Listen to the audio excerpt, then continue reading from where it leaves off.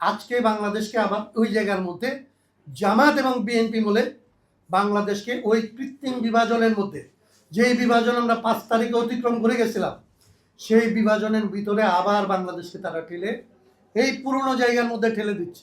71 নিয়ে কোনো তর্ক হতে পারে না বাংলাদেশে।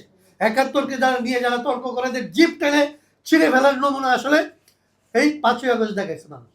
হাসিনাকে এখানে টিকতে দেয়। 71কে নিয়ে তর্ক করবে কি? মানুষের অধিকার নিয়ে তর্ক করার অধিকার দেয় নেই আসলে হাসিনাকে।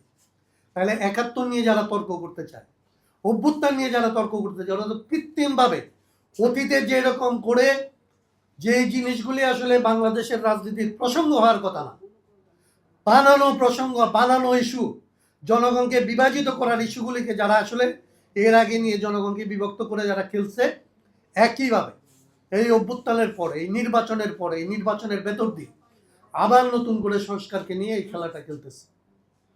আজকে রুমিন যে কথাটা বললো, এই কথাটা হচ্ছে খুবই অন্তঃসার শূন্য। আমি বলবো রুমিনের আরো ভালো করে জবাব দিতে হবে, এবং রুমিনও ওকালতি করে, আমিও ধরেন ওকালতি করি।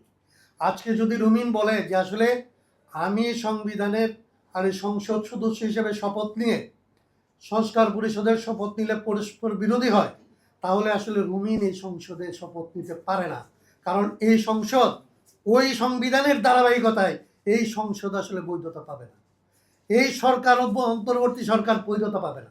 অন্তর্বর্তী সরকারের বৈধতা যদি থাকে, এই বাংলাদেশের এই নির্বাচনের যদি বৈধতা থাকে, এই সংসদের শপথ নেওয়ার যদি বৈধতা থাকে, তাহলে গণভোটেরও বৈধতা আছে। এবং গণভোট সংবিধানকে আসলে পরিবর্তন করার জন্যে রুবিনদেরকে 2টা ক্ষমতা দিছিল। একটা ক্ষমতা তাকে সংস্কার পরিষদের সদস্য হওয়ার ক্ষমতাও দিচ্ছে।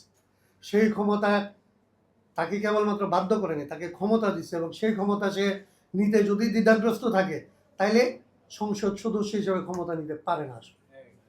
এই জায়গাগুলিকে যদি আমরা অকারণে আওয়ামী ঘরানায় আওয়ামী বৈধতার পথ ধরে যদি আমরা বৈধতা খুঁজতে যাই, তাহলে আজকে রুমিন যেটা বলতেছে, কোনোদিন যদি তর্ক উঠে, কোনোদিন নেই, তর্ক এখনই উঠছে যে আসলে শেখ হাসিনার বাইরে তাহলে আপনি বাংলাদেশে আর বৈধ প্রধানমন্ত্রী পাবেন না।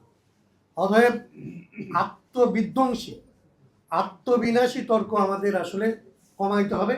এবং অভ্যুত্থান যে আসলে এখানে জনগণের অভিপ্রায়ের বহিঃপ্রকাশ হিসেবে হয়েছে, জনগণ যে আসলে অভ্যুত্থান করছে হাসিনার রাষ্ট্রবিরোধী, সরকার বিরোধী, সংবিধান বিরোধী কার্যকলাপের জন্য, যে জনগণ তার নিজের ক্ষমতা চর্চা করতে বাধ্য হয়েছে, এবং জনগণ নিজের ক্ষমতা চর্চা করে এই সংবিধানকে যে আসলে আরো জনবান্ধব করার জন্য আপনাদেরকে নির্বাচিত করছে, সেই দায়িত্ব এখনো পালন করার সুযোগ আছে বলে আমি মনে করি।